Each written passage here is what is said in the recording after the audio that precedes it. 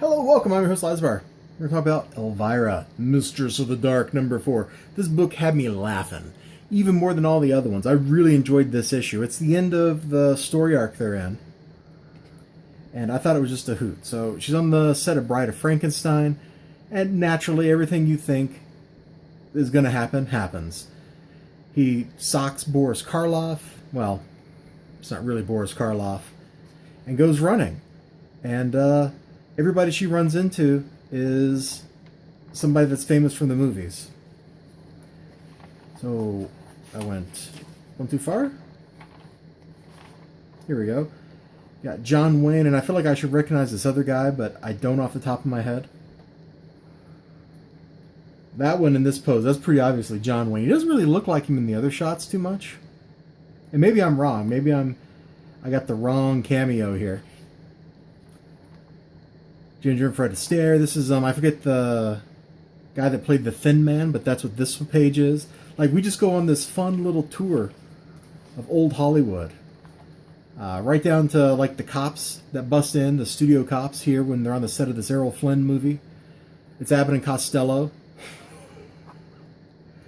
Yeah.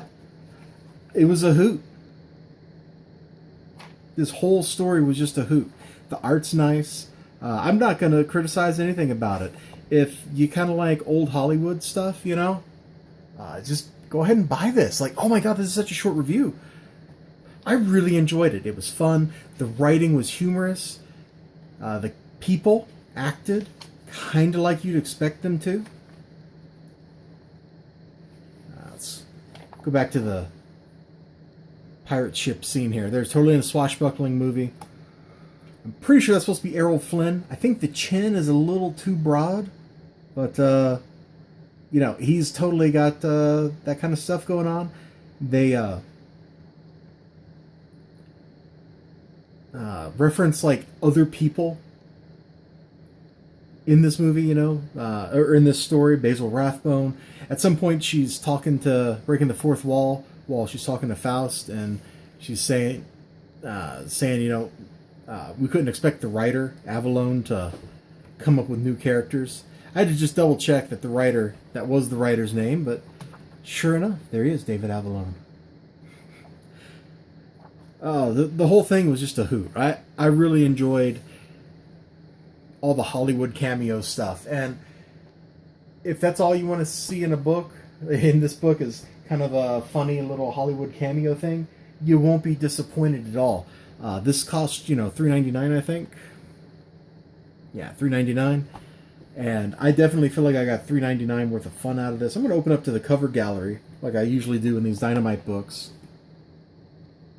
I kind of like that cover. I think those are the Three Stooges heads. I can't really make it out at the size it's at, but I bet it is. Oh, I kind of like this cover, but in the black and white, too. How many issues do you think you had to buy for that? 100 to get that cover? Like, they printed like one of those for Midtown Comics, you know? Oh. Too many covers. That's a definite problem Dynamite has. Poor Byron. Fun's fun, but I suppose I must call studio security. I tire of these illusions. I cannot live in dreams. Ginger Rogers. Know just how you feel, honey. And she lights a cigarette. Everything about this feels pretty right for the time period that we're in. It's fun. It's absolutely fun. And I liked it. And if anything I said about this book appeals to you, you might just like it as well. I bet your local comic shop has at least one copy still sitting on a shelf waiting just for you. If not, I guarantee you can go order like 100 of these from Midtown Comics. Like, they're out there. It won't be too hard to find. And if it is, I guess there's always eBay. But this was fun.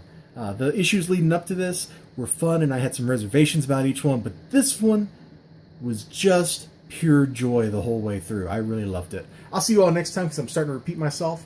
Until then, you have a great day. Bye-bye.